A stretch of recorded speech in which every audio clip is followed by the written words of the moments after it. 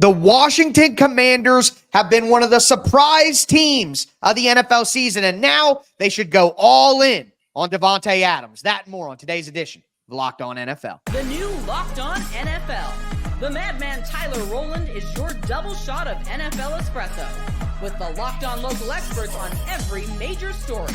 Get ready, Rowland is revving up. The new Locked On NFL starts now. Locked On Podcast Network. Your team every day. Football fans, welcome into the new Locked On NFL, bringing you a double dose of the NFL's biggest stories with help from our local experts that know your favorite teams like no one else. I am your host, the madman, Tyler Rowland, joined today, as I am every Thursday, by Locked On NFL expert Michelle Majuk, the data queen herself. On today's episode, we are going to talk about some teams that I was wrong about. We'll talk about a Thursday night football matchup, a battle for the NFC South. We'll talk about Sam Darnold's revenge tour against the New York Jets. And we'll start with the Washington Commanders and their interest in Davante Adams. Before we get into it, do want to thank you for making Locked On NFL your first listen and for being an everydayer here with us at the Locked On Podcast Network, where it is your team every day. Make sure that you tune in to the afternoon edition of Locked On NFL and step into the barbershop with Tony Wiggins. Today's episode is brought to you by Prize Picks. It's Crossover Thursday here on the Locked On Podcast Network, and Crossover Thursday is always presented by Prize Picks. Download the app, use the code Locked On NFL to win $50 instantly when you play $5. Michelle, the Commanders sit at 3-1. Jayden Daniels is probably the rookie of the year so far. He's been incredibly impressive. They follow up that big win against the Cincinnati Bengals with a bigger win against the Arizona Cardinals, completely smoked the Cardinals. That, I got to admit, was unexpected from my angle. But the Commanders being a good team so far this year has honestly been unexpected by me entirely. I did not think that the Washington Commanders would come out as well as they have. And I think that would be one of the top teams where I would have to say I might have been wrong about them from the preseason and what I thought they might do.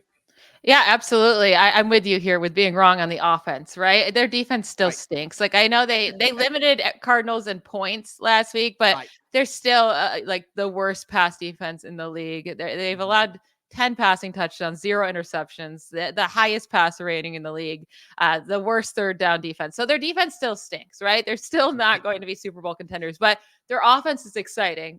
And Jayden Daniels is doing it with his arm, which I don't think any of us expected for him to do right off the bat, right? We thought it was going to be like the Lamar Jackson and the Josh Allen. They come in, and Jalen Hurts, like they come in, they run a lot first, and they kind of grow as a passer as their career develops. With him, he's killing it as a passer, an 82 completion percentage over the first 4 weeks. Ooh. That's the highest completion percentage by any quarterback at any point in their career over a 4-game span, with at least 100 attempts during that span. The other 4 in the top 5 go Peyton Manning, Drew Brees, Tom Brady, and Kurt Warner. All pocket passer Hall of Famers, right? Like, insane. I know Tom Brady's not yet, but he will be, and same with Drew Brees. But it's crazy what Jayden Daniels is doing with his arm. Yeah, it is crazy, and it makes you wonder, with the defense being still a weakness for the Commanders, but the offense being what it is, should the Commanders push in their chips and go all in with Davante Adams, looking for a trade? We've heard Jets, we've heard Saints, but the Commanders are a team that was interested in Brandon Ayuk, and a lot of people are making that connection. My guy David Harrison from Locked On Commanders isn't so sure about that kind of move. Las Vegas Raiders star wide receiver Davante Adams wants a trade. Why doesn't it make sense potentially? Well, there's an incredible amount of draft capital that the Las Vegas Raiders are going to be looking for. And when you're talking about a team in the Washington Commanders and a general manager, Adam Peters, who obviously clearly he's stated it, he's displayed it, does not want to, he wants to build through the NFL draft, or you're talking about trading for a guy who is not going to be around for very long. The rework of the contract, could it include guaranteed money down the road? The Commanders didn't really want to tie themselves to a guy like Brandon Ayuk for a lot of money down the road. And then you've got ego. Terry McLaurin has been the number 1 receiver in Washington for quite a while now. Is he going to accept being the number 2 behind Davante Adams? Like, a lot of people would look at Davante Adams and say, okay, well, now you're the number 1, Terry's the number 2, and he's a really good number 2. If the Commanders take the stance that Terry is still number 1 and Davante is the number 2, how's Davante Adams going to feel about that? And does it simply, as we're even having this conversation, does it just complicate things too much? and the ego part of it. To me, that's the best argument. But you look at the Washington Commanders and their draft capital after trading to Jahan Dotson. They have their first-round pick. They have their second-round pick. They have 2 third-round picks, a fourth, 2 sixth-round picks, and then 3 seventh-round picks. Like, they have the draft capital to make this move and still have capital to build through the draft like Adam Peters wants to do. Davante Adams doesn't have any guaranteed money on his contract after the year. So to me, I don't see why they wouldn't want to go make this move, bolster that wide receiver group even more, put strength on strength is essentially what I'm saying. If the defense is going to be bad, they're 3-1. They're leading the NFC East. And in football, you never truly know. You never know what can happen when you get on a hot streak. So if I'm the Commanders, I'm not saying that they got to beat other offers and do too much. But if it's there and they can do it with a third or a second, I think they have to. I don't think so. I think that would be a terrible mistake. There's no reason to trade for him. He's almost 32 years old. This is a rebuilding team, and the offense does look exciting. But how they're succeeding is by spreading the ball around, right? Like, you don't need to funnel it. You don't need a guy like Davante Adams who, is going to want to win a championship, right? Like, he wants to win a championship. And the Commanders just simply are not Super Bowl contenders this year with their defense. They have so much growing still to do. They need that draft capital. They should really be growing through the draft. That's the smart way to go right now with this young offense with Jayden Daniels. Like, no reason to go trade for a guy that even next year, let's say you rebuild the defense and you're all of a sudden these strong playoff Super Bowl contenders. Then you're talking about Davante Adams is 33 years old at that point. Like, what is he going to do? I think we're already seeing him drop off that cliff anyways in that production. Well, it makes you wonder the other teams that are interested, the Saints, the Jets, the Steelers, are those Super Bowl contenders either? So I agree that's what Davante Adams will want, but it doesn't sound like any of the teams that are willing to do it are actual Super Bowl contenders, if we're honest. But speaking of the Jets, Sam Darnold revenge tour on the way here. We got Vikings, Jets, and those are also 2 teams who I might have been wrong about coming in the year. We'll talk about that now. Before we do want to let you guys know that today's episode is brought to you by Game Time. Look, Game Time has the best features in the entire industry, and now they've added another brand new feature that is fantastic called Game Time Picks. It makes getting tickets for your favorite live events even easier because Game Time Picks filters out the fluff to show you only incredible deals on great seats so you don't have to waste time searching through thousands of tickets. They also still have a view from your seat. You literally get a panoramic view from your seat so you know what you're going to be looking at when you sit down. And if you toggle on the feature in the app, you can get all-in pricing for your ticket. So the price that you see for your ticket is actually the price that you pay for your ticket with no surprise fees at checkout. Take the guesswork out of buying tickets with Game Time. Download the Game Time app, create an account, use the code LOCKEDONNFL for $20 off your first purchase. Terms apply. Again, create an account, redeem the code LOCKEDONNFL for $20 off. Download Game Time today. What time is it? Game time. All right, Michelle, let's continue today's edition of the Locked On NFL podcast, looking at some teams who have exceeded or not exceeded expectations based on what I thought that they were going to do before the year. We talked about the Commanders and then the possibility that they could trade for Davante Adams, but now let's spin it to another team that has exceeded my expectations, and it's the Minnesota Vikings. The Vikings, coming into the year, I'll admit, I was down on the Vikings. I saw Sam Darnold. I didn't like the pick of J.J. McCarthy. They lose Danielle Hunter. You don't know what you're really going to get from the team. Hawkinson out early. Addison has the, off-field issues. Like, I just did not see Minnesota coming out and doing what they're doing right now. But Sam Darnold has looked solid. I think people saying that he's playing great, maybe a little bit of an over-exaggeration. But the team is good. And now they get to go into the New York Jets and play a team in the Jets that I think is kind of reeling.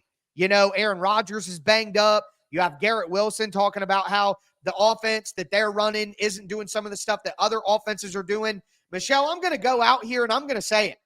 I'm going Joe Namath on the Jets. I guarantee, go to FanDuel, bet the money line. I guarantee you that the Minnesota Vikings beat the Jets this week. There is no way that Brian Flores against that Nathaniel Hackett offense that can't hack it. There's no way.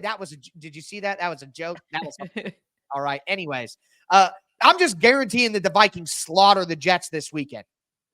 I don't know about slaughter. I think it'll be a close game because I also think that Sam Darnold will struggle against this Jets defense if Sauce Gardner can do his thing and actually cover up Justin Jefferson, right?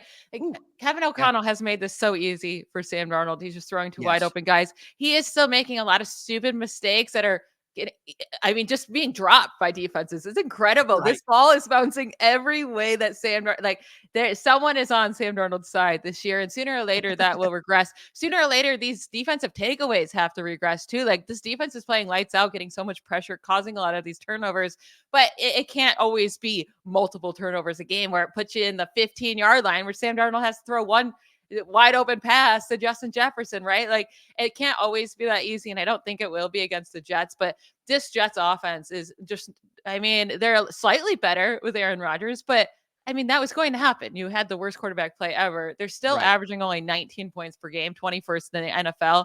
They're not even averaging 300 total yards per game. They're at 295. Allen Lazard right now is their leading receiver, not even Garrett Wilson in receiving yards. Like, this Wilson-Rodgers connection's not happening. Aaron Rodgers is averaging 6.6 yards per pass attempt, his lowest as a starter in his career. Like, it's just not looking good. And against this Vikings defense, against Brian Flores, I don't think it's going to be fixed. And especially with the way they pass rush, Aaron Rodgers is so bad under pressure. Yep. It's not going to be a pretty game for this Jets offense.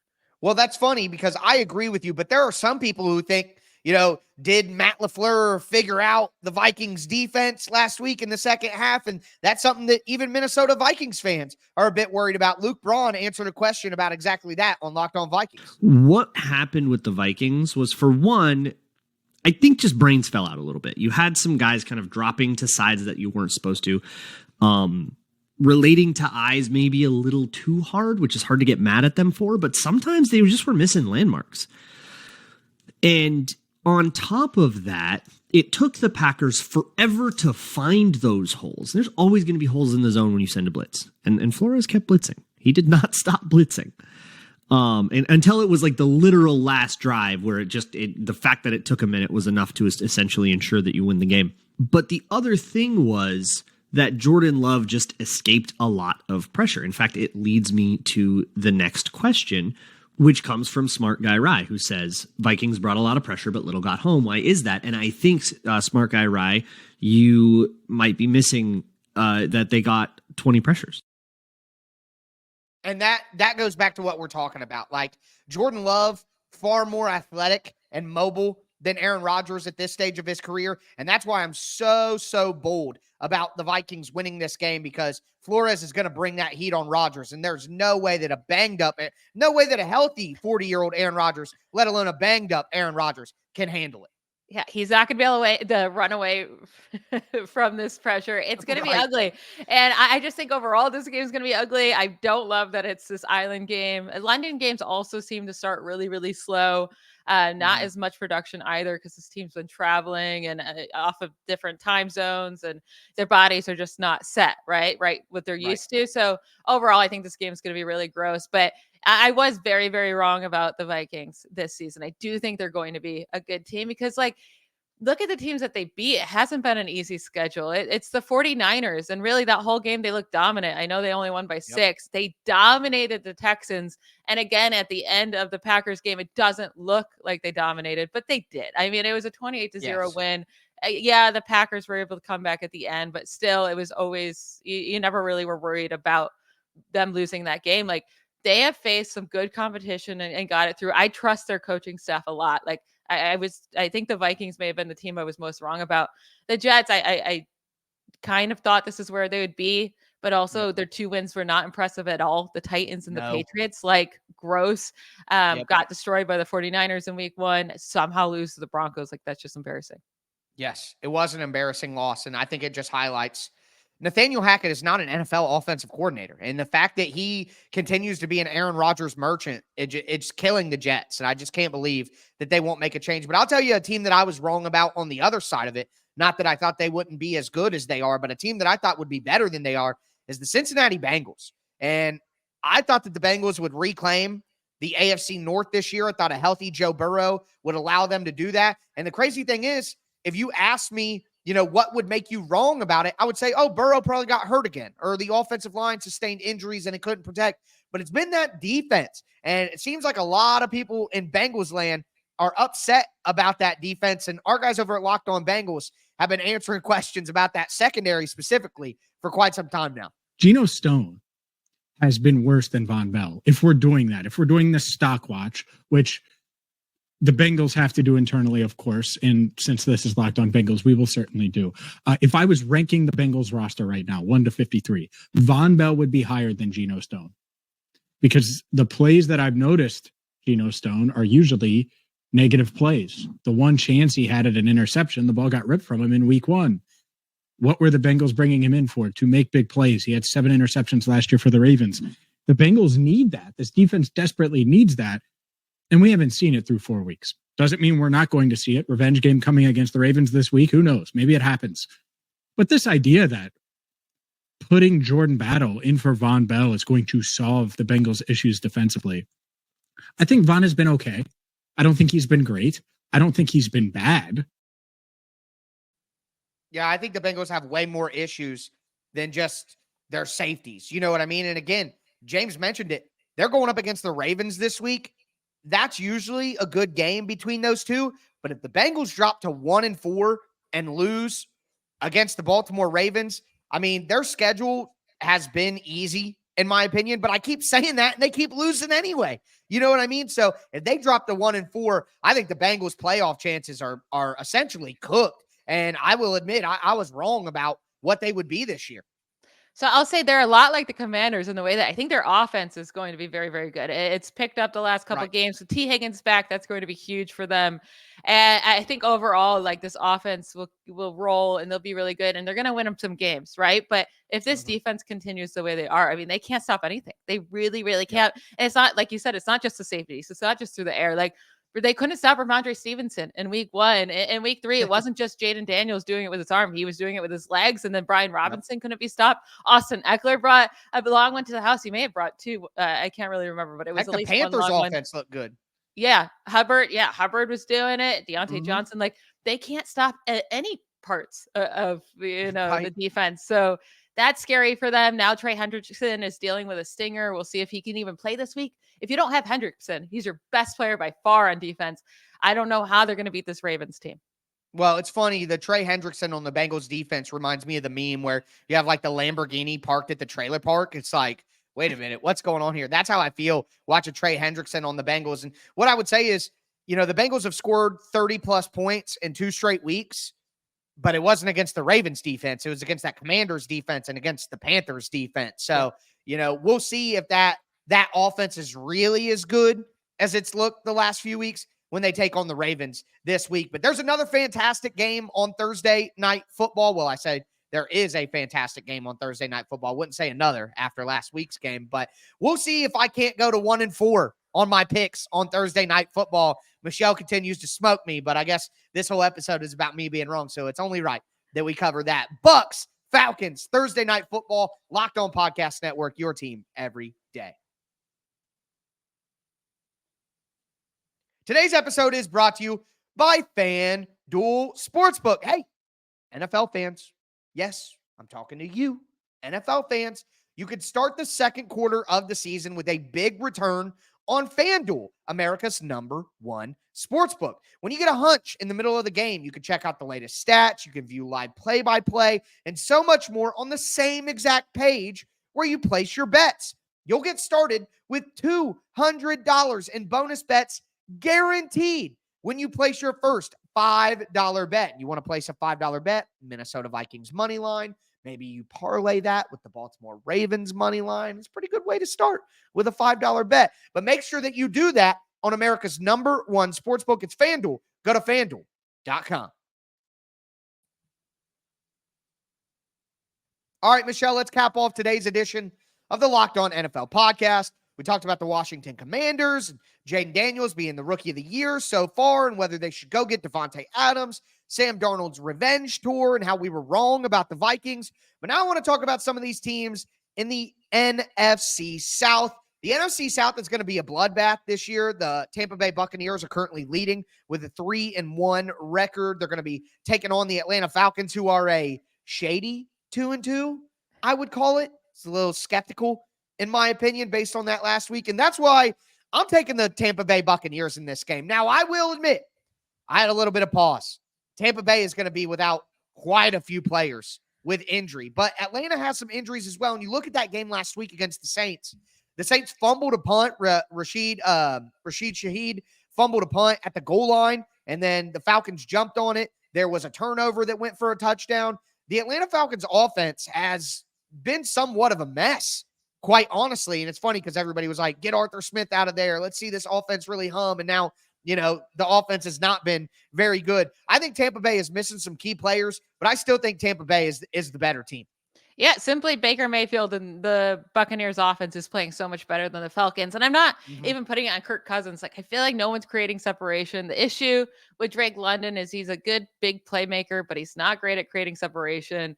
Kyle Pitts is not the player we thought he could be, right? Maybe he needs to be used not as coaching just a regular. Anymore. Yeah. It's Kyle Pitts, Yeah, apparently he needs to just be used as a real tight end, not as like this wide receiver gadgety tight end type player, because he's not getting open either. All of their games have been close games. They've all been 8-point games or fewer. Like they're not looking impressive at all.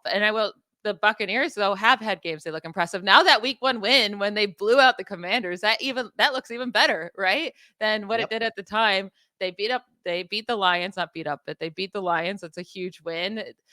Again, somehow they lose the Broncos like poorly, but I think it's just one of those disappointing letdown games. And then they win against the Eagles. You brought up a great point though about their players injured.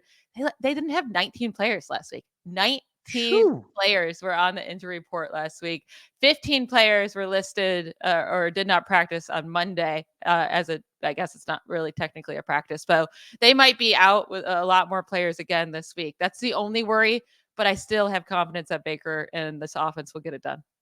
Me too. And you know what? It is disappointing because I admit I had the Falcons winning this division coming into the year. I thought things would gel a little bit for them. I thought the offense would be better, and it simply hasn't been. And my guy Aaron Freeman from Locked On Falcons, he thinks maybe that was a little bit too much hype. I've had a lot of conversations with Falcon fans over the last couple of days, expressing their disappointment in Kirk Cousins and how he has started the season.